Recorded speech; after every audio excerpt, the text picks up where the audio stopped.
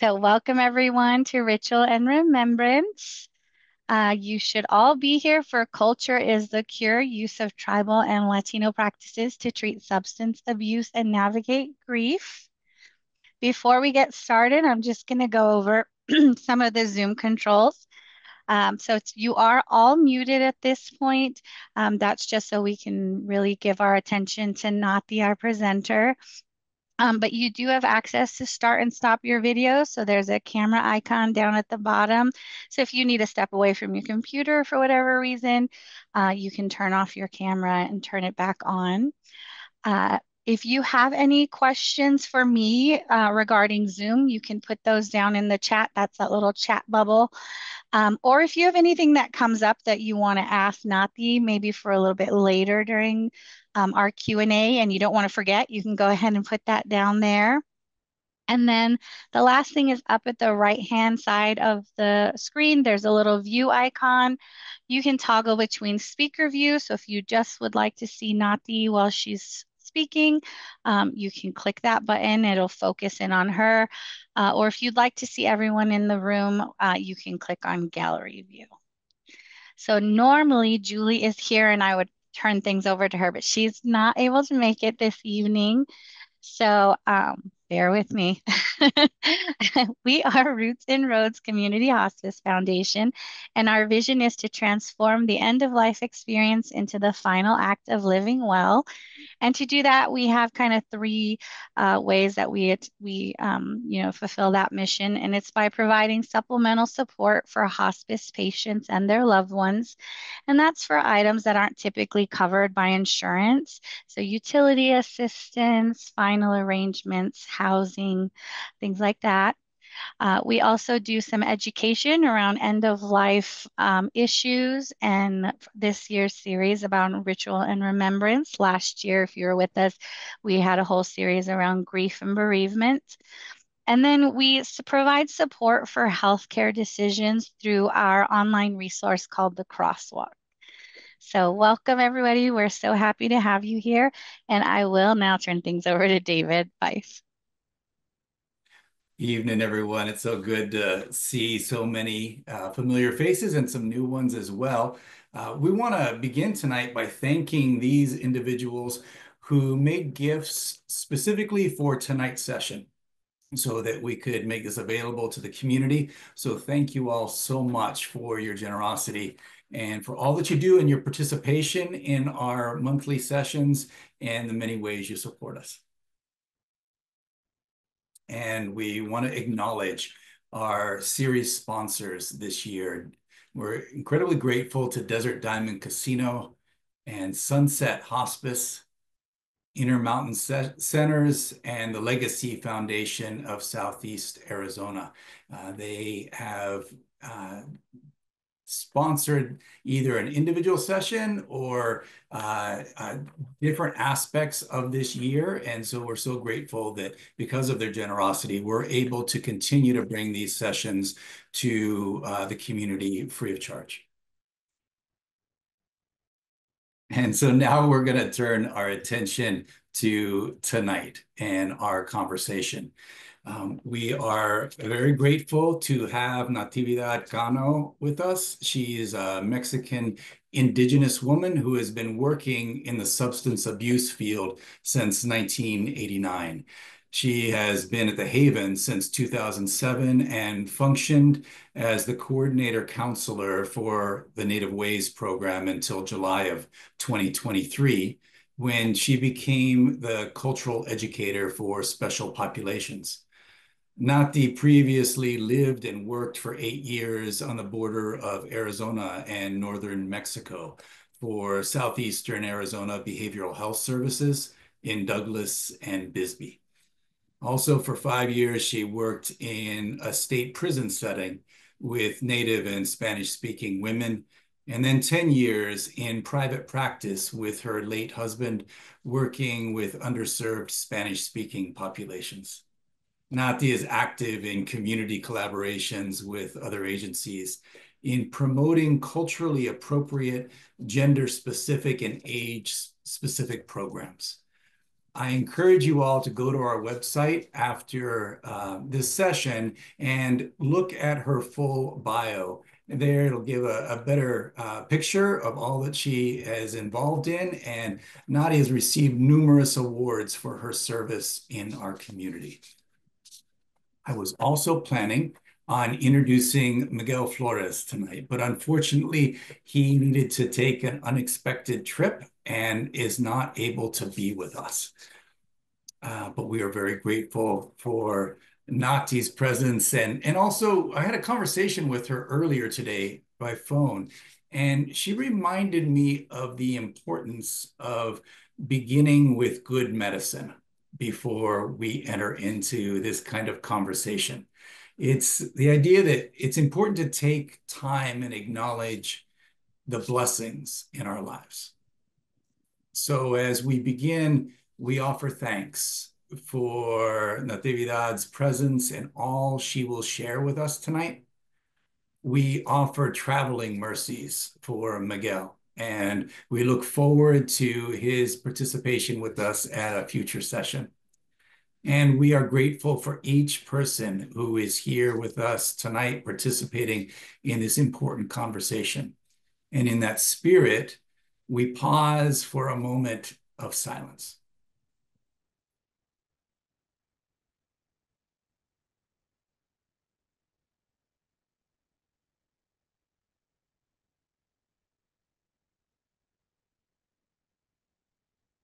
Thank you. So, Nati, why don't we begin by just maybe you could share a big picture for us to give us a better sense of what the Haven is and some of its programs and how it serves the community. And then we can focus a little bit more on the specifically on the Native Ways program. Fine, thank you. Yes. Good evening, everyone. Thank you for having me today. You know, just before 5 o'clock, I was feeling nervous and feeling excited and feeling, oh, I had all these feelings. And I went behind the building where I'm at, and we have a labyrinth. And I said, well, I'm going to walk the labyrinth and see if I can get relaxed and I can be calm and I can remember everything that I need to say. So, you know, the importance of, you know, prayer is very important to me.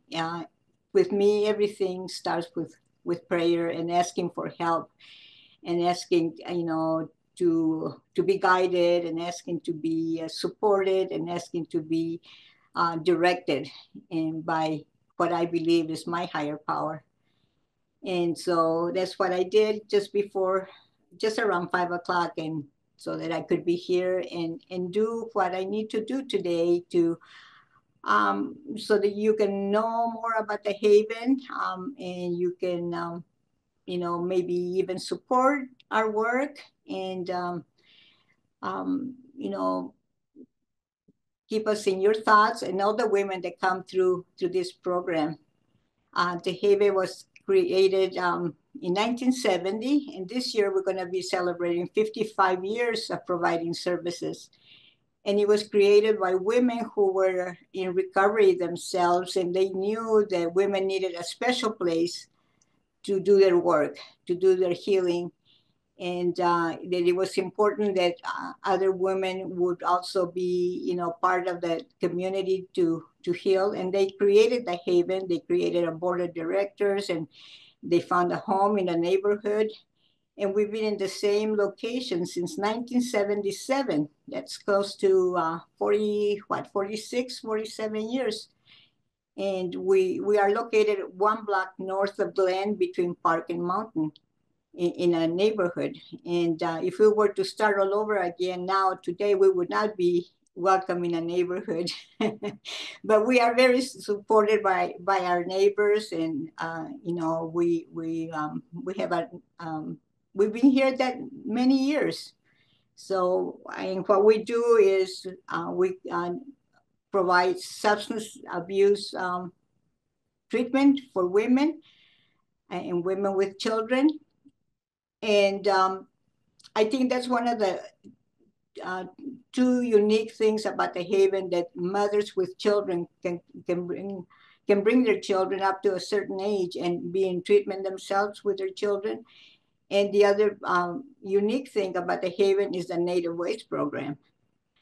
So the Native Waste Program was created by Victoria Red Hawk Steele, who is now Justice of the Peace here in Pima County. At that time, she was working as a social worker here at the Haven. That was around the end of 2005 and the beginning of 2006.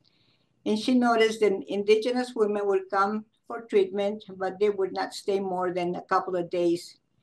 And the thing is that they, she would come to work in the morning and she would see the women waiting up front with their suitcase or their belongings, waiting to, excuse me, waiting to go home. And she asked them, what would it take? What can we provide for you so that you can complete treatment and get the help that you need, that you're looking for?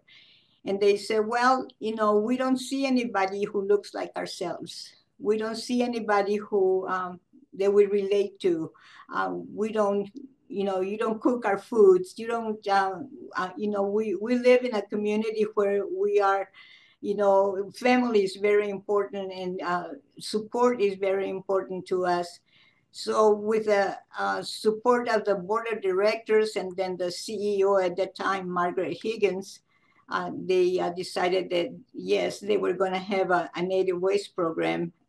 They provided culturally appropriate and, things that indigenous women need in order to be, to do their work.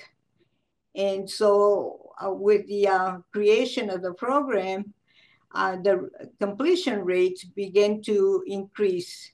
And at some, at times, even the completion rates for the indigenous women is higher than the general population.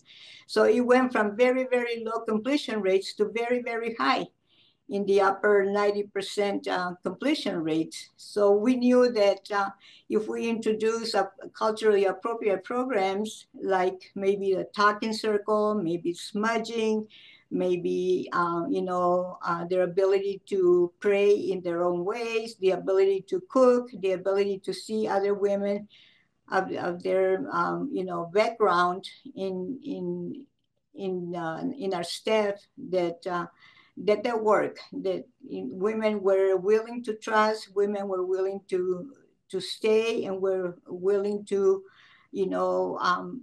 face their addiction and face their trauma and begin to heal from it.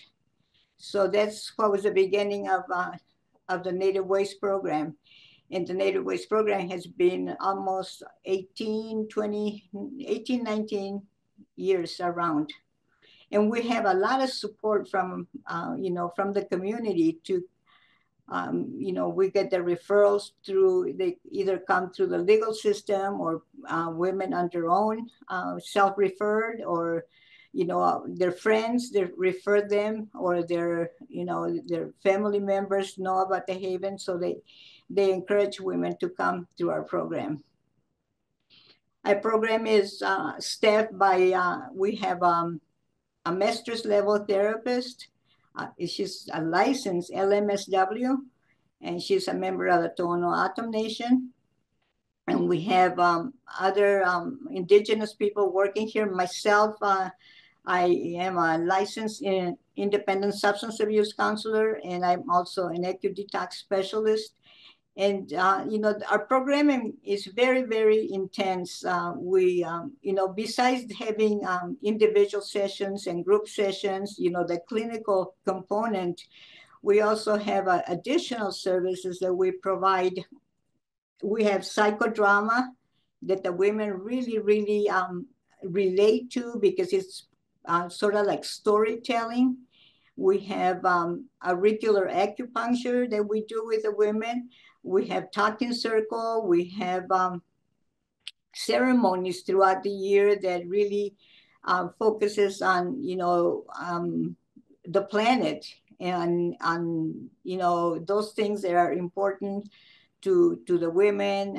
We have moon ceremonies, full moon ceremonies. We have during the equinox, during the solstice, we do those ceremonies as well, reclaiming our spirit and because the amount of trauma that some of the women have experienced, either with family substance use disorders, with domestic violence, with other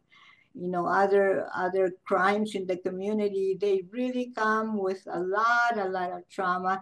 Sometimes even the loss of their own values, their own traditions, their own beliefs, and many times we have to start from where we meet them where they are and begin to build on their abilities and begin to they begin to create or elevate their self-esteem. And it's so noticeable to see them first being very quiet, very scared at times, very nervous, and then in a few days when they can see that they're not any different than anybody else, uh, the smile, the looking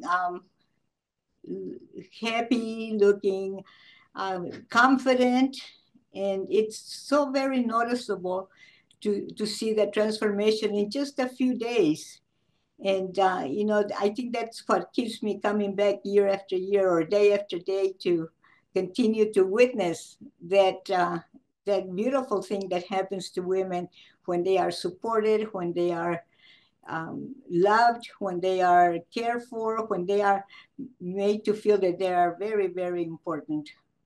So our program is very successful. Our program is very um, intense. And we have Miguel Flores, who also is our medicine man, our traditional healer, who comes and provides ceremonies for the women because sometimes they've forgotten who they are.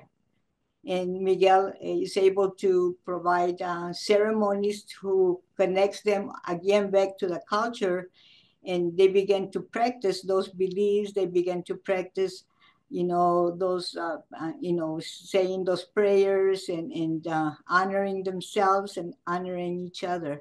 So everything that we do, enhances the program. Everything combined, it makes it a very healing and very safe environment for the women.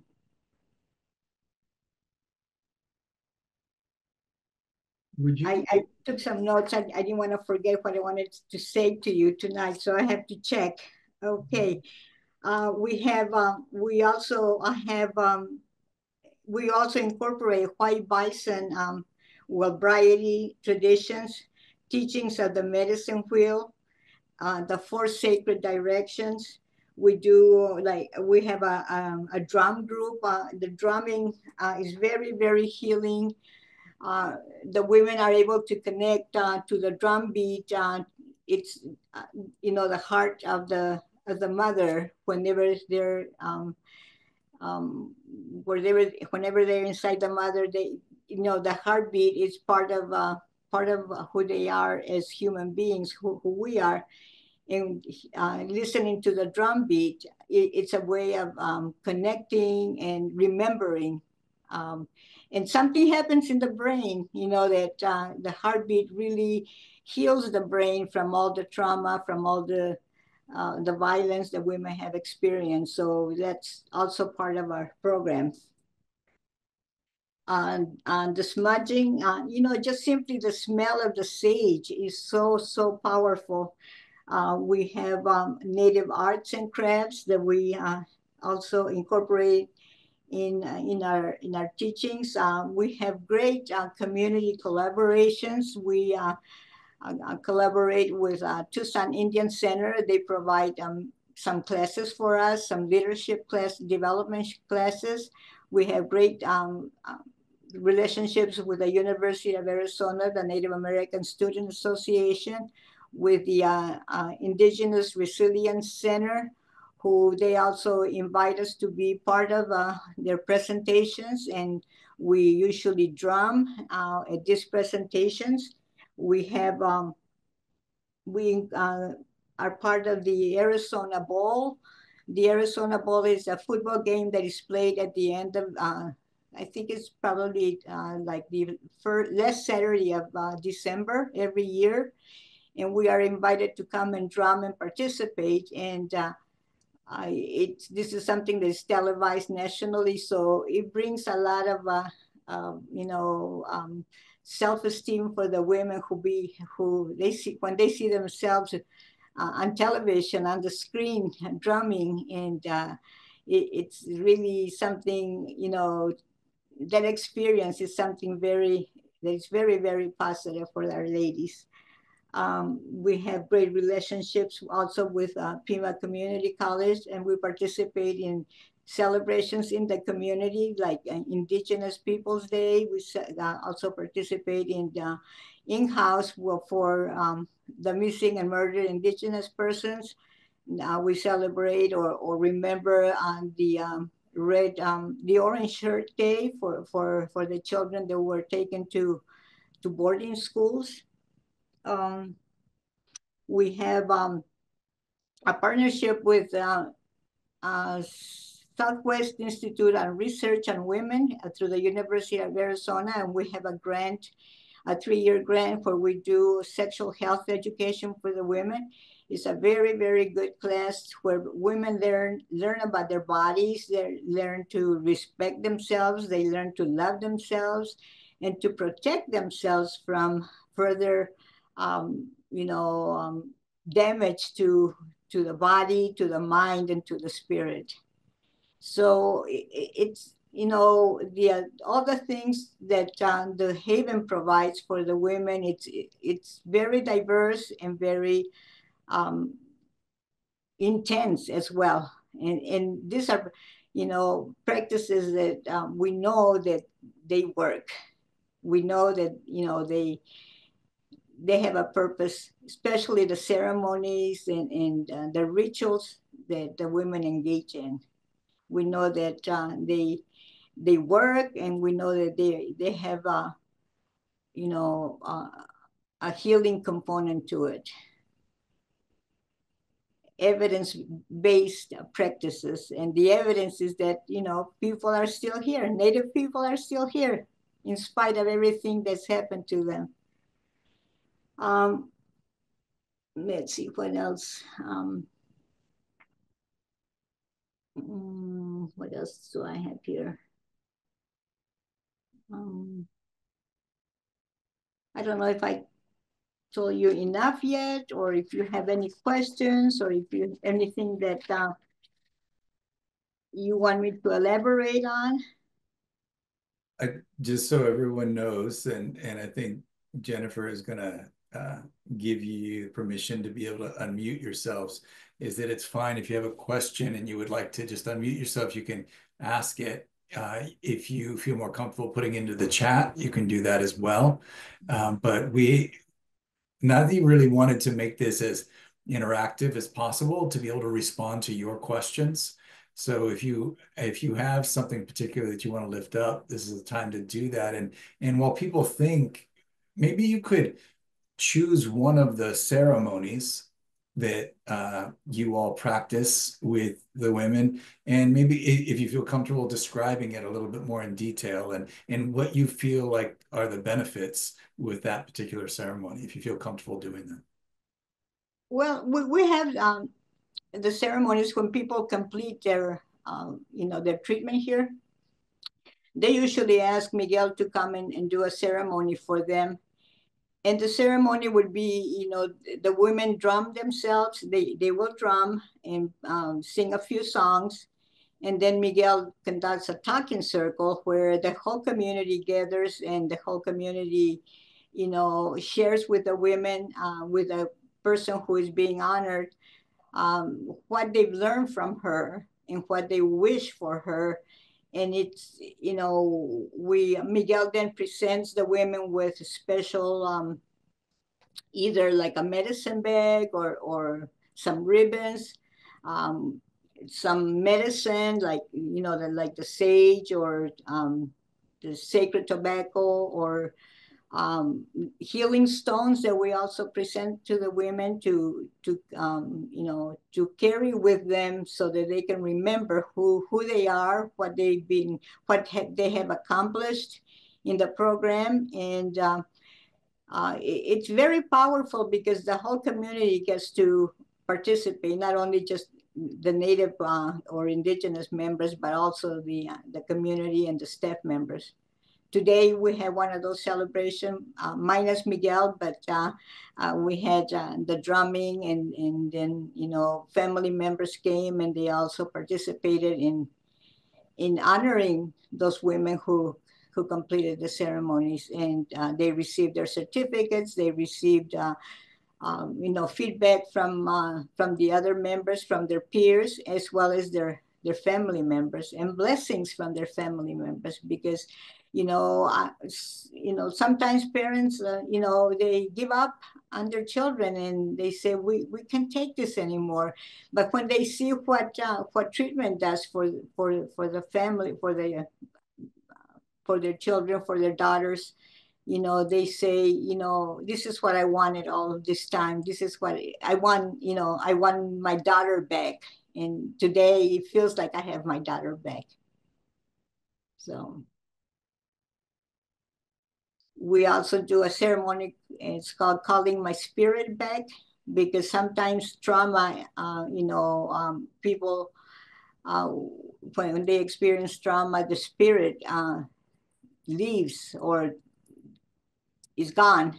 And so we do a ceremony with fire, and we call her spirit back. And it's a way of saying, I reclaim, the beauty in myself. I reclaim the goodness in myself. I reclaim that, the innocence that I once had. I reclaim, all those things that every human being deserves to have in life.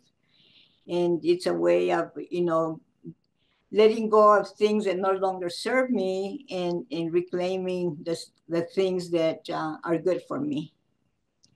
So, and it's done around the fire circle, to really, and it's singing and drumming, and, just sharing, and talking and listening to each other, and supporting one another. And it's very, very powerful, because it's in the nighttime, and it's really amazing what happens when women gather to help each other. We had a question about if you have a need for and a program for volunteers. Are volunteers incorporated into this? We always need volunteers. We always welcome volunteers. Excuse me. We have some organizations that come every year, and they help with repainting, or pulling weeds, or just beautifying the place. And the place is an old place, but it when people come and they help us paint something, a wall, or make a garden, or help with any other things that we need around here, it's always a blessing for us to have volunteers. You can also donate. You can donate and volunteer to. We accept donations of clothing for women, and we accept monetary donations as well. And books, supplies, all those kinds of things. Shoes, coats in the winter, and children's furniture, children's toys, blankets, and so forth. And there was a question, if you could tell us more about the 4 directions and medicine wheel. The four directions, the Yes. four sacred directions. Well, and not all tribes, not all indigenous people practice the four directions the exact same way, but it's, however they learned. So the four sacred directions would be the east, where the sun comes up. And that's like the beginning, of creation, the beginning of a new day, the beginning of a new life. And there are special prayers there, I said, to the east, to Father Son, asking for, for guidance, asking for protection, asking for illumination. And it's also known as the stage of the infant stage. Okay. Then we turn to the right, and then we face the south. And the south has also, the rain comes from the south. We give thanks for the crops that the rain produces. And the south is also the direction of the adolescent. Then the west is the place where the sun sets, and it's also a place of letting go of all the shame that I carry, letting go of the fears that I carry, the anger that I carry, the resentments that I carry. And it's the place of, the adult lives on the west side. And the north side is the place of wisdom, and the elder represents the north side, and the cycle is complete. And then we have the 12 steps that we encourage people to attend 12 steps for their recovery. And the 12 steps in a traditional way are linear, but if you put them around the medicine wheel, and around the four sacred directions, that all the 12 steps fit. So it's a way of knowing self, and finding self, finding my relations, finding my creator, and finding the wisdom of the elders. A lot, the medicine wheel and the sacred directions have a lot of teachings. And it's like looking into a mirror, because it really reflects back to the individual all the teachings of the medicine wheel in a circular manner, not in a linear manner, because healing happens in circular things. Yes. Thank you. Would you be able to talk a little bit about some of the unique challenges that Indigenous women face that may bring them to this program? Oh, wow. Yeah.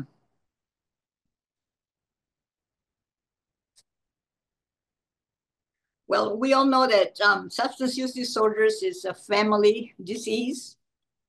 And sometimes the women come and they get sober, they start their healing journey, and then they have to go back to families who are still drinking, may still be using, and it's not a very good place to go back to. And some people come from these areas, very far away areas, where there's very little employment, very little. There are no resources, very few resources, no transportation, no public transportation, no childcare, no housing.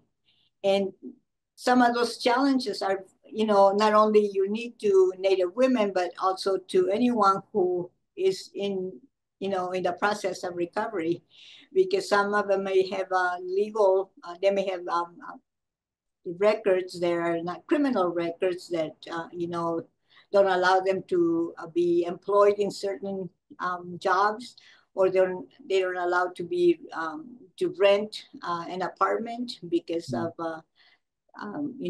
back history. And so lots of challenges, particularly in employment and housing, and transportation, childcare. Yes.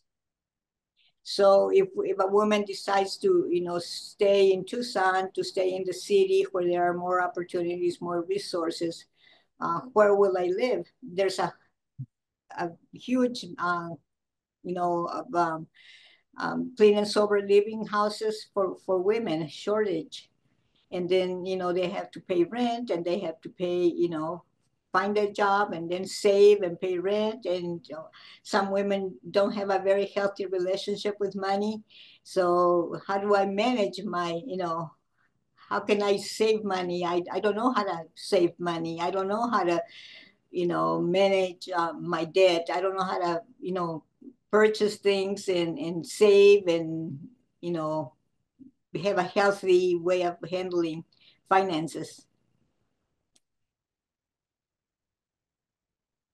Can you talk a little bit about how the children are involved in the healing process for the women? Well, the mothers with, some of the mothers that come through our program, they come in pregnant, so they have their babies. They go give, they birth to their babies, and if they're not involved with DCS, they get to bring their babies to our program, and they reside here. Sometimes the children are already in foster care, and they're involved with DCS, so the children come and visit as well and reconnect with their moms. And we have some of the moms are able to regain custody of their children, and go on and become healthy mothers. And when a woman recovers, the children are safe, and our communities are safer because she's not out there driving under the influence or committing other types of crimes. And so everybody benefits when a woman recovers. The children, the extended family, the community becomes safer. So yes, the children, they're not in treatment, but we have a daycare, Little Ranch daycare located a block away, and we have a very good relationship with the Little Ranch, and our children go there and spend the day there and socializing with other children. Is there a long wait to be accepted in the residential program and the Native Ways program? Well, there can be a waiting list at one time or another, depending on the season, and depending on other factors. But usually, we get people as fast as we can in here, and there's not a very long waiting list. We have our residential program that is up to 90 days. We also have our outpatient program, and it comes with housing as well.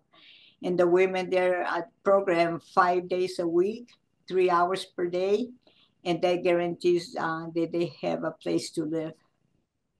So, they can get up to 6 months of treatment along with the housing.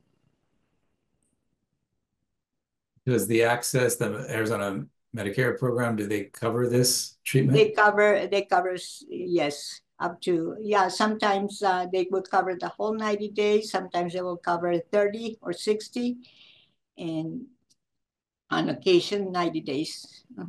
And our people come from the legal system. Some are on probation, Pima County adult probation, some on pretrial status, both the federal pretrial awaiting to have a court trial, or already on probation. And so part of their probation, conditions of probation, is that they complete a residential treatment program. So it's in some cases it's court mandated to Court participate. mandated, yes. Yeah. Okay. I was wondering if you can reflect on this question a little bit. It says, with respect to religion and spirituality, do you experience a lot of fatalism, the idea that the circumstances are due to some sort of fate? And if so, how do you deal with that? It's an interesting question. Yes. The concept of one day at a time is very, it can cover a lot of things. So, just focus on today. Today you're alive. Today you are clean. You're sober. Don't worry. Don't stress about tomorrow. We don't know what tomorrow is going to bring, but today you woke up, and not everybody wakes up, but we did. You did. I did. So we're here and we're going to focus on, on making the best out of each day. Yeah, sometimes people come with a lot of baggage, and we have to, help them unload that baggage. And if they don't have a higher power, if you don't have something that they believe in, I say, okay, if you don't have anything that you believe in, I'll loan you my higher power. And my higher power is loving and caring and wants the best for you. You can borrow my higher power until you find your own. And they usually smile and and crack up. One of the other things that I do with them is I say, okay, I don't believe in anything. I don't believe in God. I don't have any beliefs, any religious or faith or anything like that. And I said, okay, I want you to write like if you were looking for a higher power that you were going to hire to help you, what would be the things that you're looking for in a higher power? Write them out. And then you decide, you write that description of what you want in a higher power, and then you can find one that fits your needs. And it's usually like oh, okay, kind of thing. And I have never heard of that before, that approach before. That's amazing. yes, you get to decide what you write that job description for your higher power. And on that note, on thinking about that, is one of the things that we're blessed with in Arizona is many different, over 20 different tribes. And then in New Mexico, there's the Pueblo Nations. And I know from being involved with the Tucson Indian Center and their lunches for the elders, elder Mm-hmm. lunches, the folks are from all over, different nations all over this country. So is that a challenge in terms of being able to reflect what someone might seek specifically to their own traditions, or is there enough commonality that you can access ceremonies that way? From my experience, I believe that there's enough commonality that people don't really argue about what's different. We may do things differently. We may not do it the way that our elders did them, but we do them with the same intention, you know to heal one another, to help one another.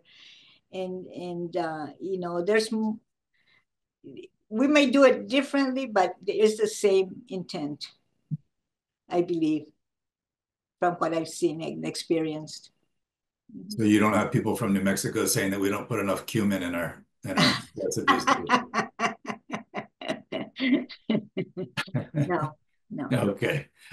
How many women usually do you have in the residential program? Well, we're licensed for 52 beds, and we usually run about between 45 and 50.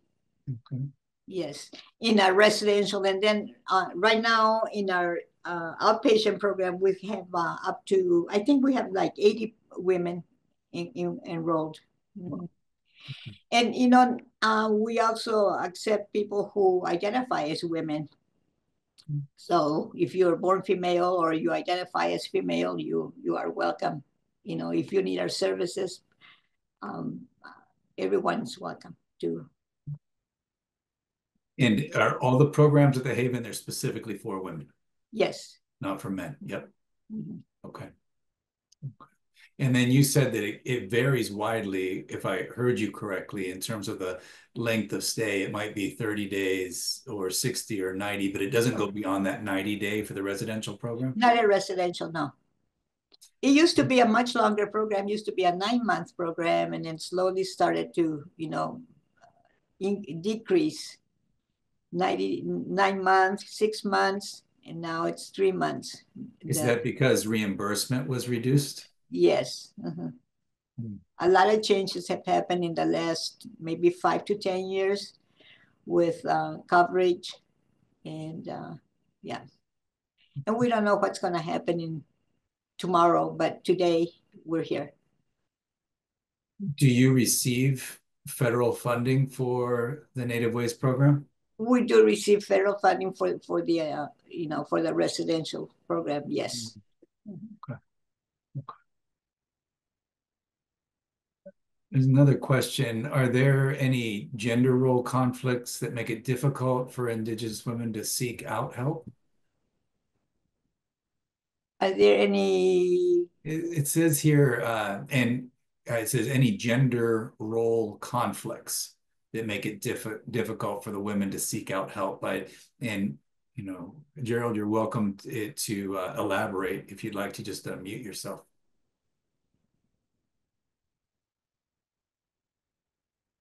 I was thinking about traditional role conflicts, like in the Latinx community, and they talk about machismo and marinismo, with women being more subordinate and the men being more macho and making all the decisions. If something culturally prevalent for Indigenous people would be on something that would make it difficult for them to seek out help. Oh, I think the younger generation has really they don't really follow that much, the machismo and marianismo, as much as probably I followed or my mother followed at one time in our lives. I think we're moving away from it, slowly moving away from that kind of a. So I haven't experienced any of that, any kind of conflict in the women here. The women are very supportive of one another, and women heal women. That's why it's a place for women, and women are sacred. That's one of the beliefs that natives, indigenous people embrace. That women are sacred. That women need to be respected. That women, have a lot of wisdom, a lot of power, and the women are in sometimes I seen as equal as men in as far as decision making and so forth. And we need to return to those beliefs that we all matter, that we are all deserving, and that we are, we belong to each other. That actually answered it perfectly. Thank you. Thank you. So many of the things you spoke of in terms of the challenges that the women faced or continue to face, it brings about all these losses that they've had in their lives. Loss of identity, loss of place, maybe loss of family, and loss of one's spirit, beliefs.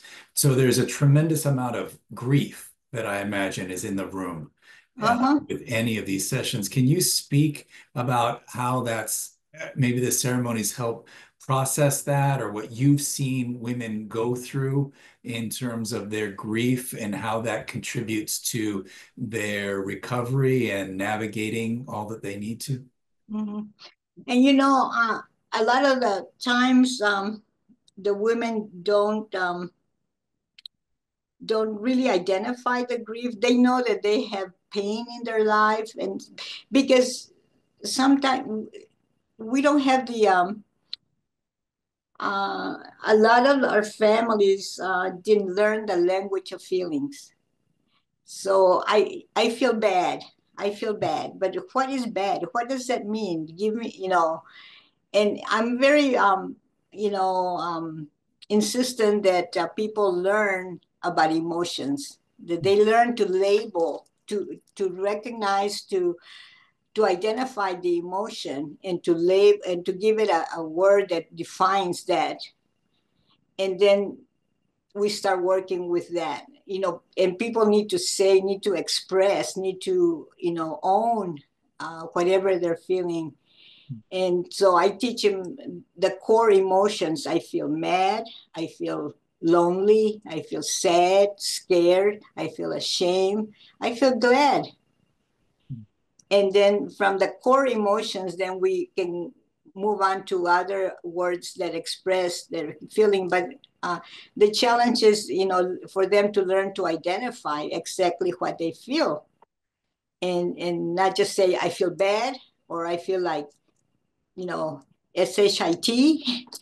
uh, that kind of language. And so I teach them about the language of feelings, and that it's okay to say I feel this way, and to own their feelings, to own their pain, to own their fear. And it's mostly, to own their anger, and it's mostly what I find is that what they feel most is fear and pain, hurt. And then once that, she owns her pain, her fear, or her hurt, then the healing, it's sort of like an automatic thing, kind of thing that happens, um, and I'm also very big on affirmations to elevate self-esteem. So I have them do affirmations, as much as possible, to start building a foundation where it says I am worthy, I am a worthy human being, I deserve to have a good life, I deserve to have good things happen in my life, I deserve to be safe, I deserve to be respected, I deserve to be honored, I deserve, to be successful and to be free, because I don't need to be behind bars to feel that I'm not free. So, I also, I don't know if you're familiar with, let's see, Gregory Boyle, the founder of Homeboy Industries. He says that, we are all equal, no exceptions. We are all children of God, and no exceptions. Yes, and I follow a lot of his, writings and his teachings, because he created Homeboy Industries, where he works with, he doesn't work with gangs, he works with gang members, or people who were formerly incarcerated, lifers sometimes, or people doing 20, 40, 50 years in prison. And he brings them over to his program, and they heal, they teach. And you may have rival gang members making bread, and they just look at each other and give each other bad looks, but they don't fight. They make bread. And that's a healing, a healing occasion right there. Uh-huh. Yes. You talked about the trauma that women have experienced, that they come with, and all of the many losses. And one of the things that we know is that those experiences, we carry it, and we feel it on every level of our being. So we experience it emotionally, like you just talked about. That our bodies experience it, so we know it physically. It can change our behavior and how we think. It can affect us spiritually. And one of the things that just speaks to me about everything that you have been talking about is that the incorporation of ritual and in all that you do, and how rituals incorporate all aspects of our being, physically, mentally, emotionally, spiritually. So it touches all of those things that may have been traumatized and names them. And do you feel like that's part of the reason why it's been so effective, as I opposed believe to... so. All this intergenerational trauma, You know, that's been passed on from, you know, the times that colonization and all the boarding school experiences and the relocation and, you know, reservations and all this, you know, tragedy that happened to indigenous people here in the United States. Yeah, the younger generation carry it. Some may not even know why, what happened, because, you know, don't talk, don't trust, don't feel. And, you know, people are, you know, you can talk about these things that happen. And when people begin to tell their story, tell what happened to them, you know, the healing also starts, you know, from the elders, and it gets passed on to the younger generation, or it can go on the other side. The younger generation do the healing, and you know, because we believe that when a person heals 7 generations back and 7 generations forward. Mm. So it's that powerful. Yes. So it's not just for yourself, it's for... Not for yourself, yes. Mm-hmm. Yeah. It's for everyone in the community. Mm-hmm. Someone asked that with all of these amazing ways you provide, is there one ritual that stands out as being particularly powerful to you? Well, I get to see the drumming. The drumming is very powerful. Mm-hmm. Yes. And like I was saying before, something happens in our brain when we drum. Mm-hmm. Mm-hmm. Very, very powerful. Sweat lodge is very powerful. We don't have a sweat lodge at this time here at the Haven, but sweat lodges are very, very powerful. It's going back into the womb, and you know, it's prayer, it's cleansing, it's reconnecting with our Mother Earth. It's all these beautiful things that happen there.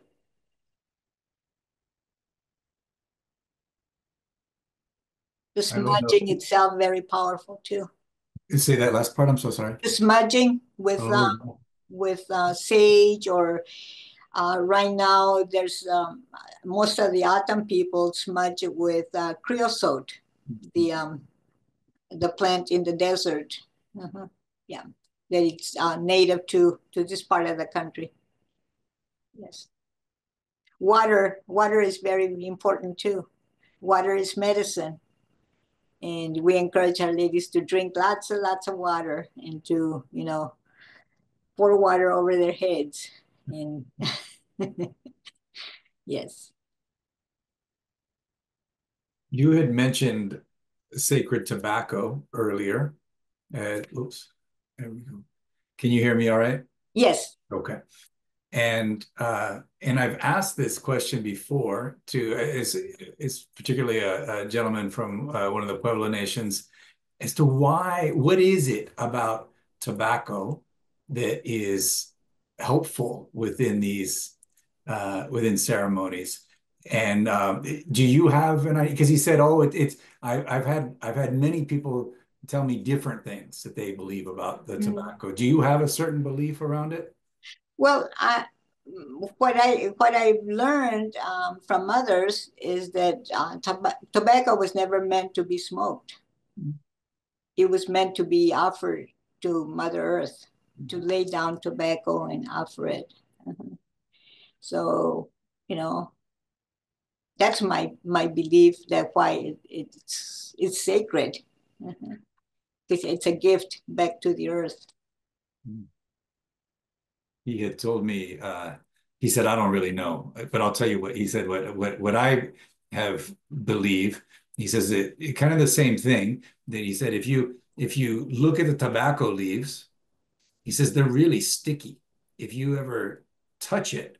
And he says that he thinks that in the ceremonies, that whatever we're offering up sticks to the tobacco, and then is carried that way as part of the ceremony. He says, "I don't know if that's true or not, but that's what I believe, and that's what I think it is." Yeah.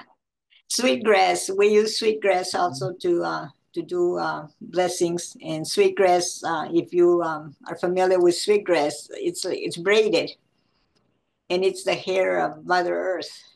It represents the hair. Mm-hmm. And there are 3 strands, and each strand has seven, three, the three, yeah, it has 7 pieces to braid. Mm-hmm. So if we go out into our communities in these coming days, what do you feel like would be important for us to tell people who we speak with about why the Native Ways program at the Haven is so important and why we should continue to support it? Well, everyone deserves good treatment, and treatment works. And the Haven offers excellent treatment. There was a ranking of treatment in the United States, and I think we made like the top 10. I don't remember what number, maybe number 10 in compared to private places like Sierra Tucson or Cottonwood. We ranked up there really high. We really do offer what I consider cutting edge treatment here.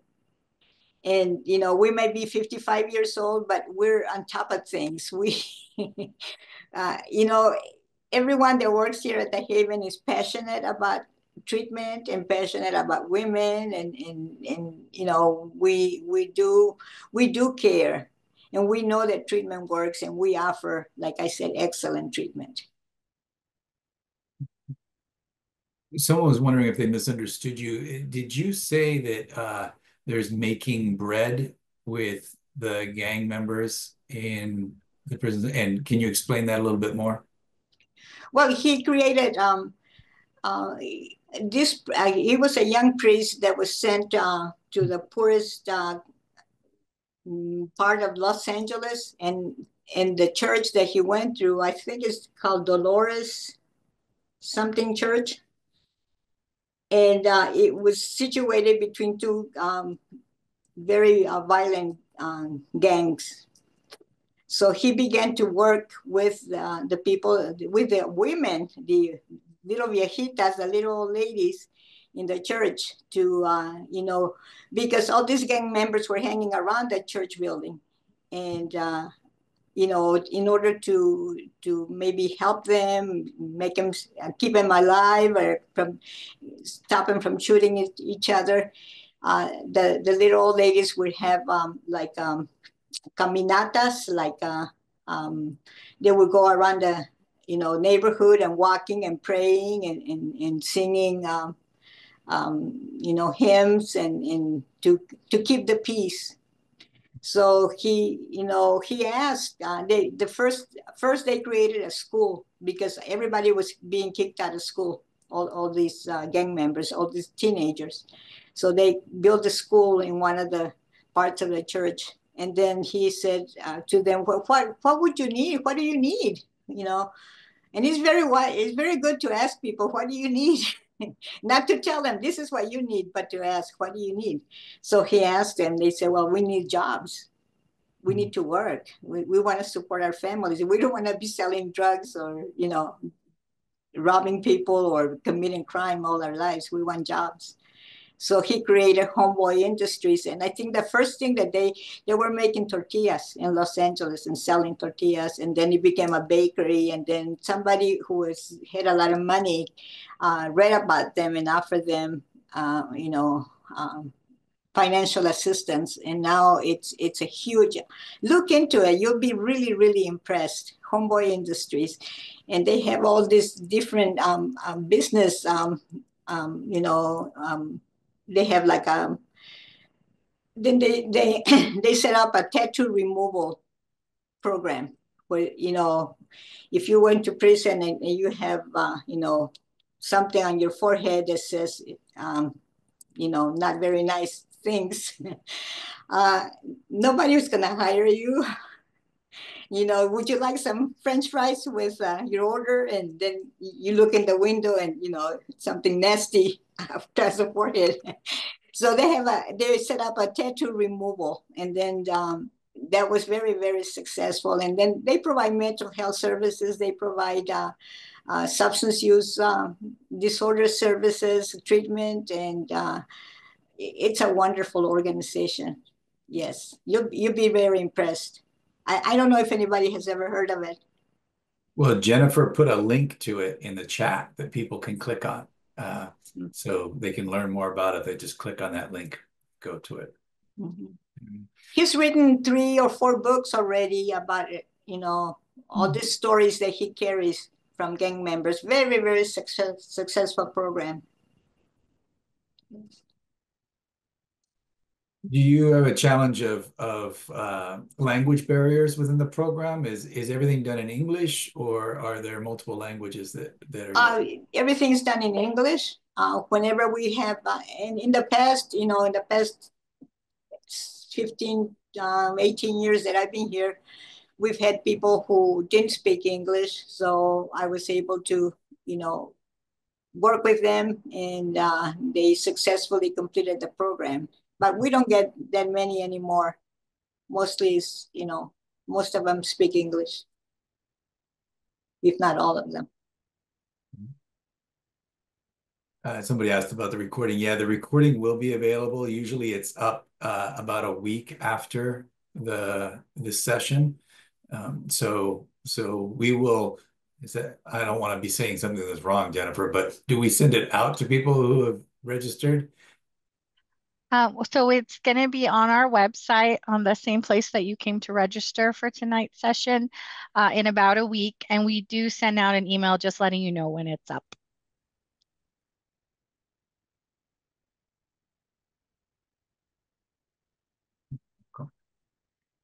Is there anything else that we have not asked you that you think would be important to share with us? I don't think so. I believe in recovery. Yeah. And I believe in people's ability to recover and rebuild their lives and be successful and be, good citizens, and yeah. That's a wonderful note to end on then with you. Thank you so much for this time with us.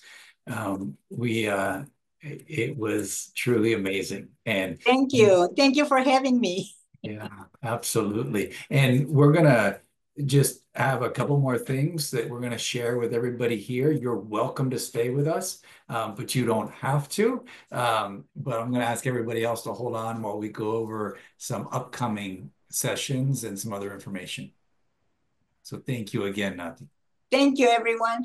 I want to unmute and thank you, thank you, thank you. Yes, thank you so much.